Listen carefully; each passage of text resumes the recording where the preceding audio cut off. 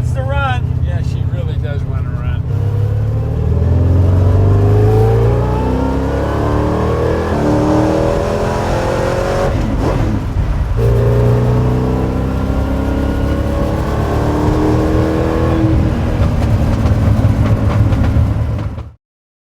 Welcome to the episode of Jay Leno's Garage. Today, a truly exciting car. This is a car I've lusted after since I was a kid. It doesn't belong to me. We'll meet the owner in just a minute. It is 1965 Bizzarrini, the Bizzarrini that won its class at Le Mans on that year. I think it's the only Bizzarrini ever to do that. It is an actual factory race car, a prototype car, just a fascinating automobile. I think one of the sexiest, coolest cars ever built.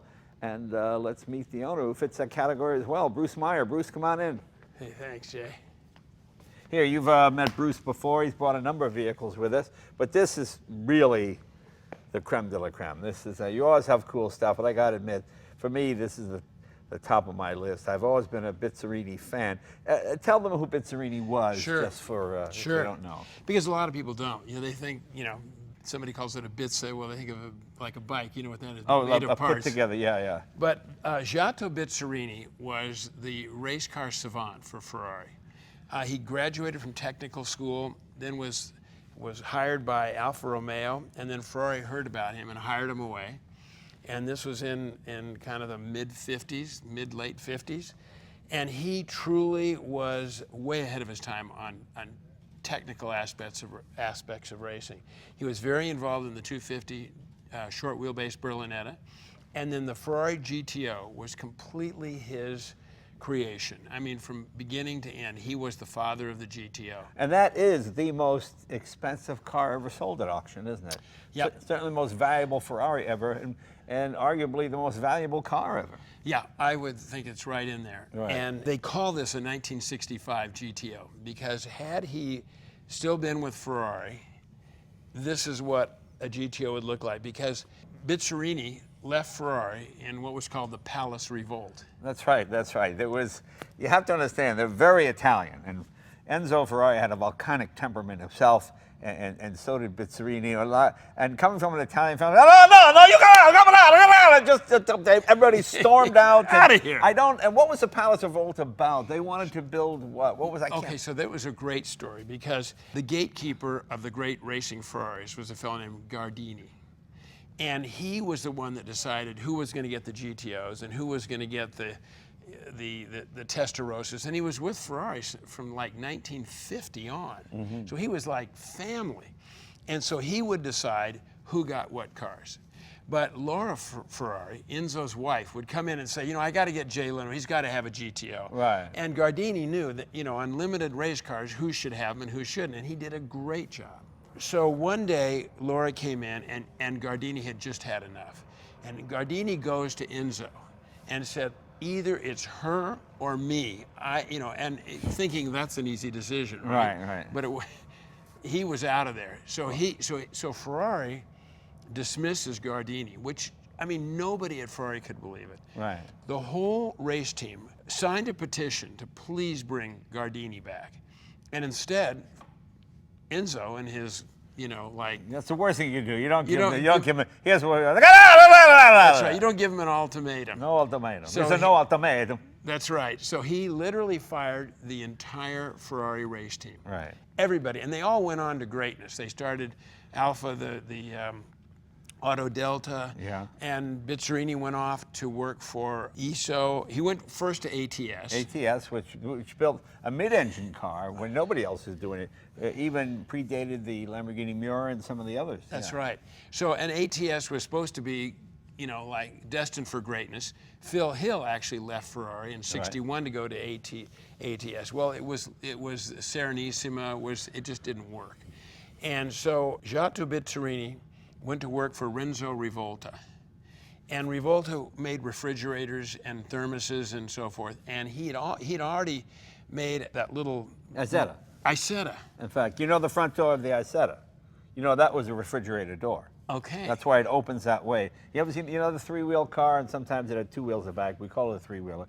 but you'd open the door this way and you'd step into it from the front. Right. And that was an old freezer refrigerator door. Right. That he got from Revolta. Yeah, it was very funny. So he went to work for Revolta, but Revolta wanted to make road cars, and he wanted to have his own brand of car. Right. And just parenthetically, he also went to work for Count Volpi, Okay. who was another Ferrari kind of, had been set aside by Ferrari because he and Enzo all of a sudden didn't get along.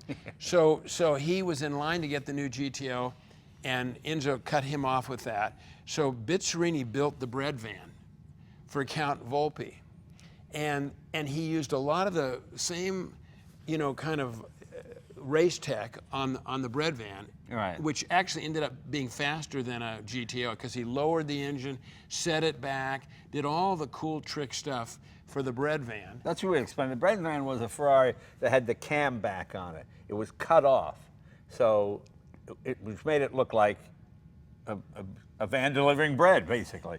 But it was actually much more aerodynamic than having some swoopy tail like the Alpha or one of those, because the camback actually cut wind resistance or whatever it was. Because he was one of the first aerodynamicists, too, with race cars.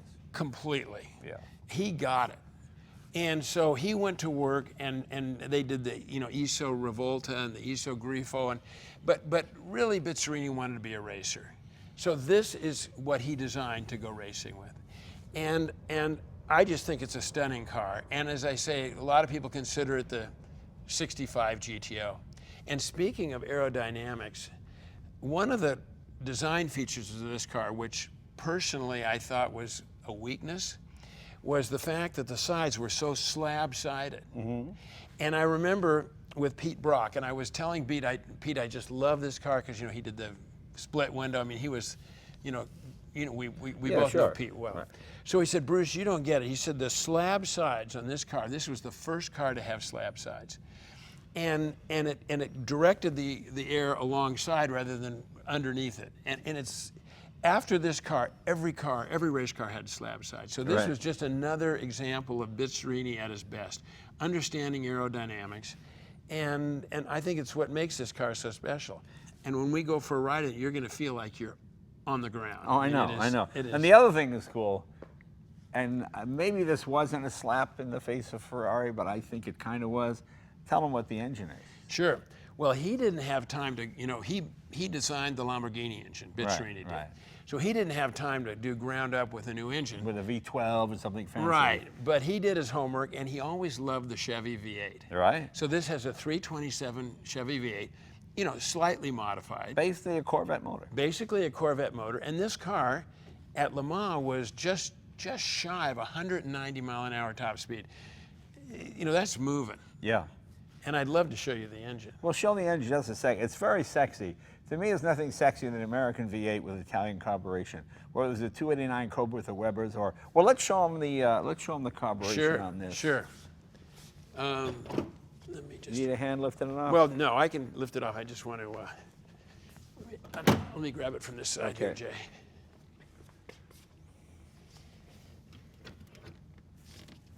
As you can see, the air was much cleaner in 1965. That's right. They didn't need any air cleaners. So this engine is set way back. It's called a front mid-engine. Right. So you actually set the timing, you do it through the dash. Yeah, you open this door here, and Yeah, the panel. So it's a very neat installation. It runs spectacularly well.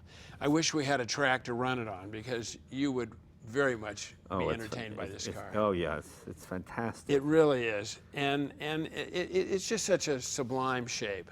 And the body is a combination of aluminum and fiberglass, is that correct? Right, so the very first cars, and I think some of the most beautiful cars that he did were called the rivet cars. They had hundreds of rivets, and they were aluminum. And then he made aluminum cars. And then the fiberglass company that makes the Riva boats came to Bizzarrini and said, we can make you this exact same body, lighter, more practical than aluminum. And that's what this is. This is a fiberglass body. Now, I'm not sure it was any lighter at the end of the day, but the hood is aluminum, and almost every other part of the car is fiberglass. And it's a very, it's a very sophisticated chassis, and it's the only one that he made with independent rear suspension, inboard brakes. I mean, this car is way more sophisticated than might meet the average person's eye. Tell me about the wheels. Now, he didn't run wires, obviously. Was this wheel designed specifically for this car, or did it come off something else? This was designed for this car. Right. It's a Campagnolo wheel, okay, Italian wheel, and I think it's as handsome today as it was back in the 60s. It's a fantastic wheel. You got the... And some of the very early cars did have wires, and I think some people maybe retro back to the wires, but I think this wheel is very distinctive of this car. So one of the things that appealed to me the most about this car is that it is so unmolested. Yeah. So Bizzarrini drove the car from Livorno to Le Mans. They won their class, finished in the top 10, and he drove it home. The car then went on, it raced at Nürburgring, it raced at Reims. Wow. It was raced by Chris Amon, by Maurice Trintignant, his very last car that he drove. But it then went to an American actor that had a cafe in Rome. Remington Olstad was his name. And Remington Olstad. It sounds like a TV show. You know what? I personally never heard of it. Then I Googled it, and he was a pretty well-known American actor. Okay. So he took this car, and he had it, and he drove it on the street, wow, and he parked it in front of his cafe to bring notoriety to the cafe. Right. So I think he had it for a year or two, and then Now, what are we talking now, in the 70s? This would be in the 60s. Still in the 60s. So the car didn't race really after 1966. Okay. So this was probably in 67, okay, 68, and then a fellow named Violati bought the car and put it in his museum, Maranello Rosso, and it was there for 30 years. So this really very much has, the original body. It's never been wrecked. The interior, we've refinished the seats. So it sat in his collection until, I would say, 70 to about 2000. Right. And then an English dealer, Gregor Fiskin, bought the car. Oh, sure, I know that name. Yeah, Gregor bought the car, took it to Gto Engineering in the UK, and prepared it for racing. And then it raced at the Classic Le Mans. It's done quite a bit of racing in the early 2000s. And then the owner whose estate I bought this from was killed in a road accident. So I bought it about 5 or 6 years ago. Okay. And then we had it just made ready. I love the fact that you can drive these in the street. Yeah, I love that era of cars where you could, like in the 50s, you could drive your Jag, D-Jag to Le Mans, race it, win or lose, and drive home again. That seems so incredibly romantic to me. I just like that well, era. it works for me. And so this car ran as a prototype because Bizzarrini didn't have the money to homologate the car. He just couldn't build enough of them. Right. And with the Cobras and the Cobra Coupes, Shelby said that the Cobra Coupe was basically a Cobra, so that ran in the GT class. And Ferrari ran the 250 GTOs in the GT class, just saying it was a different car, right, like the short wheelbase, and it was already homologated, so to speak. So Bizzarrini never could homologate the car, so this car ran in the 5-liter prototype class. I mean, a tough class. But people say that if he'd had the money to homologate it, that this would have given the GTO a major run for their money. And this is what the yellow dot means here. That means it's a prototype, right? Yes. Yep. And there's a terrific book out about this car. This is available. What, you get it on Amazon, I guess? Well, the Peterson Automotive Museum. Oh, Peterson Automotive Museum has it. I mean, you can get it on Amazon too, but of course we like to promote the Peterson. Right, okay. And it's a wonderful book. Yeah, it really is. It really is terrific. Even more so because it lives just 3 miles from my house, this car. That's right. So it's kind of fun to see. But here's the actual, and the fun part is, it's not a car just like this. This is the car that ran at Le Mans, exactly as it sits. It's not a rebuilt version of it. It's not something that was wrecked and recreated. It's the exact car, and that's what really makes it exciting. And Richard Hazeltine, the author, really went to a lot of trouble, documenting Bizzarrini, the man, his history. There's just wonderful. Here's a picture of the car at Le Mans. Yep. It's so funny that even if something as valuable as this color photography was still, Yeah. I mean, I can't believe that everything was still black and white in the 1960s. Yeah. Well, we've got there are some beautiful color shots. Oh, there's a Cobra. There it is running against the Cobra. Oh, yeah. And there it is, actually. There are some wonderful color shots. Yeah, that's terrific. I'm glad you like it, Jay. It really means a lot that you like it. I love coming through here. And you know something? I am so stupid because if Bizzarrini came up for sale around 91, the guy wanted 100 and a quarter, and I thought, well, that's ridiculous because they were going for 80 or 85, and I didn't buy it. I'm so idiot. you didn't miss too many things, Jay. No, but I missed that one. I tell you, I missed that because to me, I always thought it was the most beautiful car, and it's that era of American horsepower with Italian styling, which to me was the killer, because I loved American stuff. And I was always amazed that European motors, even 12 cylinders, were 2.5 liter, 3 liter. You know, you had this big American V8, all kinds of torque, and with the Italian carburation on it, it's a sexy looking motor. It looks really, really cool. It's really fantastic. Well, and when we drive it, the sound of this rivals a 250 Ferrari. Yeah. Let's show them the back of the car while we're here. Before we take it for a ride, let's show them. You know, Mr. Bizzarrini was here at my garage. It was really exciting. He came in the 90s. He had some project he was trying to raise funds for. It was like just way too much, but. Well, he was a cool, elegant old guy. Oh, yeah. And I think he must be in his mid-90s now. Yeah. And the back of this car is so, you know, this is my favorite era, I think, the 60s. In the Americans, you had the GTO, you had the Mustang, you had the Camaro, you know, the Pontiacs, and in the Italians, you had this, you had the Ferraris, you had the Lamborghini. I mean, this is when cars were styled to look sexy as well as aerodynamic. I couldn't agree more. This car, I just love looking. And the 4 pipes. Yeah. And you got the Italian plate too. Livorno. Livorno. And it's still running the original number. Yeah, why didn't you choose and hand 3? painted. Is there a number why it was? Any reason why 3? You know, generally the bigger displacement cars start up in the front, so I'm assuming that's one of the reasons. I know the Corvettes, you know, when we have that Le Mans Corvette, and those were 1, 2, and 3, so they were up front. And can we open the trunk? And sure, yeah. Actually, a pretty good sized trunk. Look at that. Yeah. Honey, it's a practical car. That's Honey, I mean, look, when we take trips and stuff, and when we can be together, and it'll give us more time together, we can go in the car. Yeah. We're this thing. Yeah. And really fantastic. And this is to get relieve pressure from underneath. I think this is just like trunk and underbody, like air release. Those I know are for the inboard brakes. Brakes, yeah. And obviously the quick fuel. I love the up here. Yeah. And this is plastic or glass? Plastic. That's Yeah, like sand or something. Wow. Well, let's fire it up and take it for a ride. Okay, I'm with you.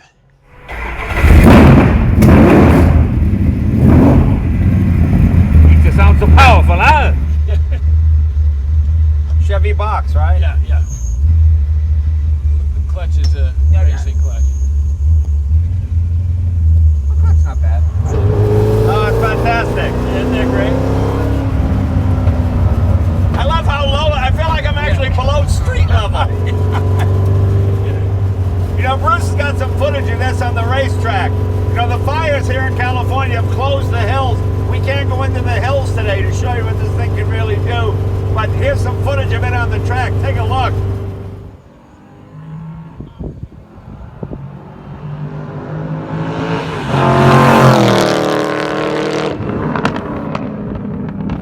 And this was running 190 with a 4-speed box, right? Yeah. Now we changed it. We geared it down a little bit. Yeah. When I first got it, it was still geared for Le Mans, you know. Yeah. She wants to run. Yeah, she really does want to run.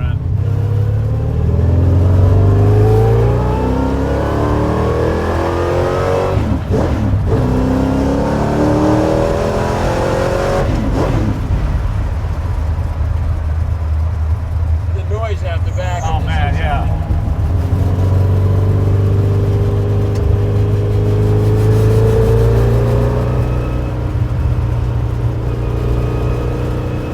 It's amazing that you can, I mean, today you couldn't drive a race car on the road. No. It just wouldn't even be possible. No. Forget the legal implication of it, whereas this thing is just, this is my favorite era. Yeah, mine too. I love the 60s, 50s and 60s.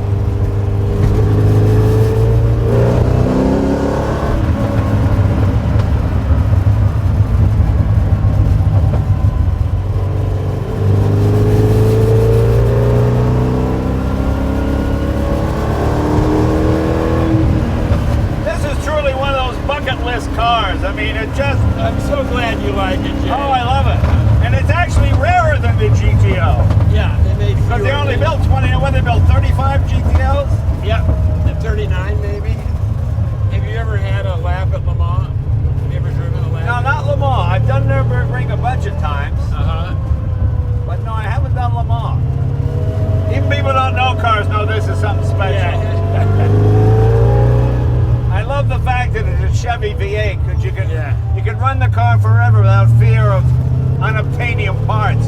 right.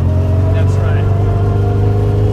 Now this feels like a supercar. Look how low I am. I'm not even up to the axle of the Ford Explorer. It's hilarious. Bizzarrini really had the arrow down. In this Oh yeah. And the whole car was built with slide rules, wasn't it? No computers. No.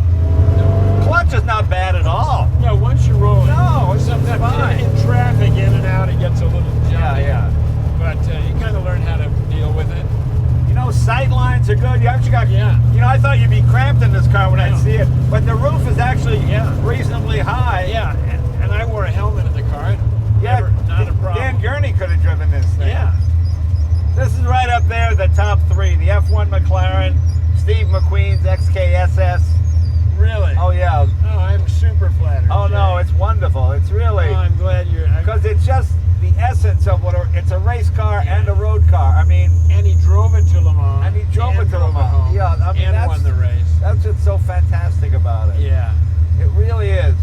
And what does it weigh, you know? It must be pretty light. I think it's probably around 2,200. 2,200, like okay, yeah. It is lightweight. And it's the only one of its kind. The only one that won Le Mans. Yeah, it's the most original of all the Bizzarrini Corsa, you know, the race cars. They made some Stratas, some people converted them to race cars, but this was born as a race car and had a great life. And it spent 30 years in a museum, just, you know, it was great.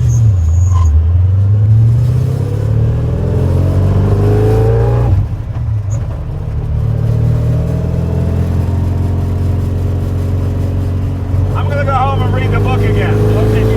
Now once you drive it, it sounds and feels more powerful than the Corvette. What else was done to the motor? How many horse was it? Well, it's about, I think in the day it might have been 400. Yeah. It's probably 500 today. Okay. But it's really the top end is where, you know, you get it up in the revs and the thing just cries for more, you know. Did you have to run turn signals at Le Mans? I don't know that answer. I don't necessarily think you would in a prototype class. Yeah. But if you drove it to Le Mans, it'd be good to have turn signals. yeah, I would think. This is really automotive jewelry. It's unbelievable. Imagine if GM had hired Bizzarrini, what the Corvette would have been in this era.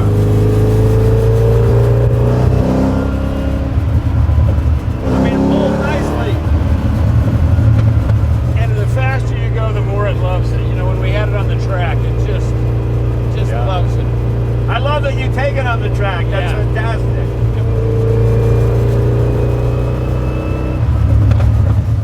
I'm sure you guessed by now, Bruce has some of the most beautiful cars in the world. But this one is my absolute favorite. It's really just between the history of it and what he did with the Chevy engine and put it in. I mean, it's really, really something. And it actually won its class at Le Mans, you know. Not rebuilt, not the original serial number that they added, everything. It's the car as it existed in the form that it existed in the time. And that's what makes it exciting. Pick up that book at the Peterson, the Bizzarrini book. What's the official name of the book? It's Bizzarrini. Bizzarrini. And you can get it through the Peterson Automotive Museum. It's really a good read, and it's got wonderful photos and wonderful pictures. And Bruce, thank you, my friend. Jay, Always a pleasure. Oh, I'm so great. glad you enjoyed the ride. Oh, and thanks to our firefighters, you know. Normally we'd be out in the hills tearing around, but all the hills around Los Angeles, all the roads are closed because of these horrible fires. And these firefighters are just doing the greatest job in the world. So we thank them very, very much. And say a prayer for those guys. Thanks, everybody. See you next week.